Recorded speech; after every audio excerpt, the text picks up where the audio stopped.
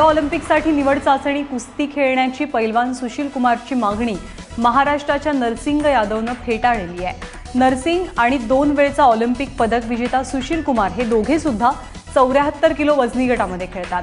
त्यामुळे या गटामध्ये ऑलिम्पिकसाठी कोण जाणार हे निवड चाचणी घेऊन ठरवावं अशी मागणी सुशीलनं केली होती। पण नरसिंगनं भारतासाठी मीच ऑलिम्पिकचा कोटा मिळवला असून मला संधी मिळायला हवी असं एबीपी माझाशी बोलताना स्पष्ट केलंय। आमचे प्रतिनिधी विजय साळवी यांनी नरसिंग सोबत संवाद साधलाय। रिओ ऑलिम्पिक अवघ्या 3 महिन्यांवरती आलंय आणि 1 वर्ष झालं महाराष्ट्राच्या नरसिंग यादवनं रिओ ऑलिम्पिकसाठीचा कोटा मिळवलाय 74 किलो वजनी गटासाठी फ्रीस्टाईल कुस्तीमध्ये। पण आता एक नवीन वाद उभा राहतोय, कारण सुशील कुमार जो गेल्या 2 ऑलिम्पिकमध्ये पदकाचा विजेता आहे, बीजिंगमध्ये ब्रॉन्झ आणि मग लंडनमध्ये रौप्य, तो म्हणतोय की मला 74 किलोच्या वजनी गटात खेळायचं आहे आणि त्याच्यासाठी तो मागणी करतोय ती दोघांमध्ये ट्रायलची कुस्ती व्हावी, नरसिंग आणि सुशील कुमारमध्ये। आपल्याबरोबर नरसिंग यादव स्वतः आहे। नरसिंग, तुला स्वतःला काय वाटतं, कारण तू स्वतः कोटा मिळवलायस या रिओ ऑलिम्पिकसाठी, 1 वर्ष झालं, पण सुशील कुमार जी मागणी करतोय त्याच्याशी तू सहमत आहेस? नहीं, देखिए उसमें ऐसा नहीं हो सकता, क्योंकि 74 केजी वेट कैटेगरी में आप देखेंगे ओवरऑल मेरी परफॉर्मेंस बहुत अच्छी है और जिस तरह मैंने वर्ल्ड चैंपियनशिप में ब्रॉन्ज मेडल जीतकर रियो के लिए क्वालिफाई किया है, तो मेरा हक बनता है कि रियो भी मैं ही जाऊँ। और अब पीछे लंबे समय से आप देखेंगे जब से क्वालिफाई राउंड रेसलिंग में चालू हुए हैं, तब से जो भी रेसलर क्वालिफाई करता है वही ओलंपिक्स जाता है, तो मुझे पूरी उम्मीद है कि मैं ही ओलंपिक्स जाऊँगा। नरसिंग, आत्तापर्यंत असं कधीही झालेलं नाही की ऑलिम्पिकच्या आधी निवड चाचणी किंवा ट्रायल घेतली जाते, ज्याने कोटा मिळवला आहे त्यालाच पाठवलं जातं।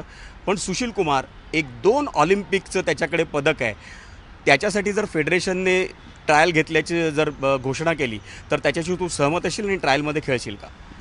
नहीं, उस चीज़ के लिए मैं सहमत नहीं रहूँगा, क्योंकि जब परफॉर्मेंस मैं करके आ रहा हूँ, कोटा मैं लेके आ रहा हूँ, तो मेरा हक बनता है कि रियो भी मैं ही जाऊँ।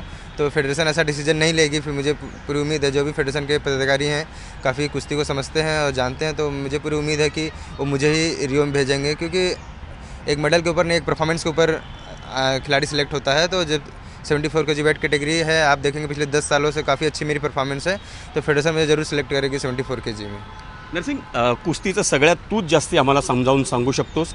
66 किलो कुस्ती, 74 किलो कुस्ती हा अगोदरचा प्रकार होता, पण आता त्या कुस्तीचे काही नियम बदलले आहेत, म्हणून सुशील कुमारचा गट रद्द झाला आहे आणि त्याला आता 74 किलोमध्ये यायचं आहे। काय नेमकं झालं आहे? हमारी जो फिला कमेटी है इंटरनेशनल रेसलिंग की, हर ओलंपिक्स के बाद थोड़े चेंज करते हैं वो।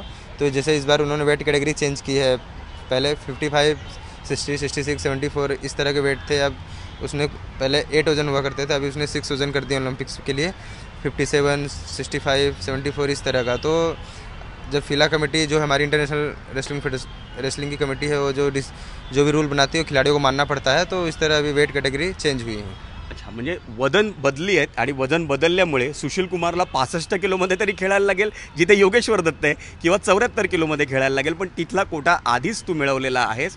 आणि सगळ्यात महत्त्वाची गोष्ट म्हणजे तू जे लास वेगासला वर्ल्ड चॅम्पियनशिप झाली कुस्ती, तिकडे तू ब्रॉन्झ मेडल मिळवलेस, तिथे तू बऱ्याच पैलवानांना अशा मारलेस की ज्याने ऑलिम्पिकमधलं पदक मिळवलं आहे। तो तुझा परफॉर्मन्स काय सांगतो, त्याच्याविषयी आम्हाला सांगशील का? लास वेगास, बिल्कुल, जिस तरह की लास वेगास जो पहली हमारी ओलंपिक्स क्वालिफाई की टूर्नामेंट होती है, उसमें जो बेस्ट ऑफ 6 रेसलर आते हैं वो ओलंपिक्स के लिए क्वालिफाई करते हैं, तो उसमें बहुत अच्छी मेरी परफॉर्मेंस थी। मैंने सभी ओलंपिक्स और वर्ल्ड के रेसलर मेडलिस्ट रेसलर को भी वहाँ पे हराया और काफ़ी एक ऑल ओवर अच्छा परफॉर्म किया वहाँ पे। और मैं ऐसा पहला रेसलर जो कि वर्ल्ड चैंपियनशिप मेडल जीतकर ओलंपिक्स के लिए क्वालिफाई किया हूँ, तो बहुत अच्छा परफॉर्मेंस दिया था मैंने वर्ल्ड चैंपियनशिप में और मैंने रियो के लिए क्वालिफाई किया था। नरसिंग, तुझी इच्छा पूर्ण हो असं महाराष्ट्र सगळं तुझ्या पाठीशीच असेल त्याच्यासाठी, पण या ऑलिम्पिकच्या निमित्ताने तुझी आता तयारी कशी सुरू आहे? कारण गेल्या वर्षी तू पदक जिंकलेस, ब्रॉन्झ पदक, गेल्या सप्टेंबरमध्ये, आणि ऑगस्टमध्ये रिओ ऑलिम्पिक असेल।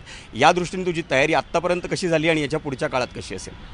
बिल्कुल, मेरी तैयारी बहुत अच्छी चल रही है। जिस तरह की अभी हमारी रेसलिंग फेडरेशन ऑफ इंडिया ने जॉर्जिया में कैंप ऑर्गेनाइज़ किया था, वहाँ पे काफ़ी अच्छा रशियन रेसलर से प्रैक्टिस करने को मिला और काफ़ी अच्छा एक ट्रेनिंग हुई वहाँ पर। और तो इसी तरह हमारी फेडरेशन अभी आगे भी इंटरनेशनल कैंप वगैरह ऑर्गेनाइज़ करेगी और रियो के लिए काफ़ी अच्छी मैं तैयारी कर रहा हूँ सितंबर से, और इस बार मैं देश के लिए वहाँ से गोल्ड मेडल लेके आऊँगा। तर हा आहे नरसिंग यादव, ज्याला अतिशय आत्मविश्वास आहे की तो रिओ ऑलिम्पिकमध्ये भारतासाठी गोल्ड मेडल सुवर्ण पदक घेऊन येईल 74 किलो वजनी गटाचं फ्रीस्टाईल कुस्तीमधलं. पण सध्या तरी परिस्थिती आहे नरसिंग यादवनं कोटा मिळवला आहे रिओ ऑलिम्पिकसाठीचा.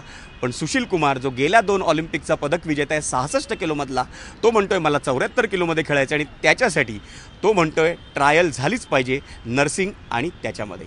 कॅमेरा पर्सन मनोज जयस्वालसह विजय साळवी, ABP माझा.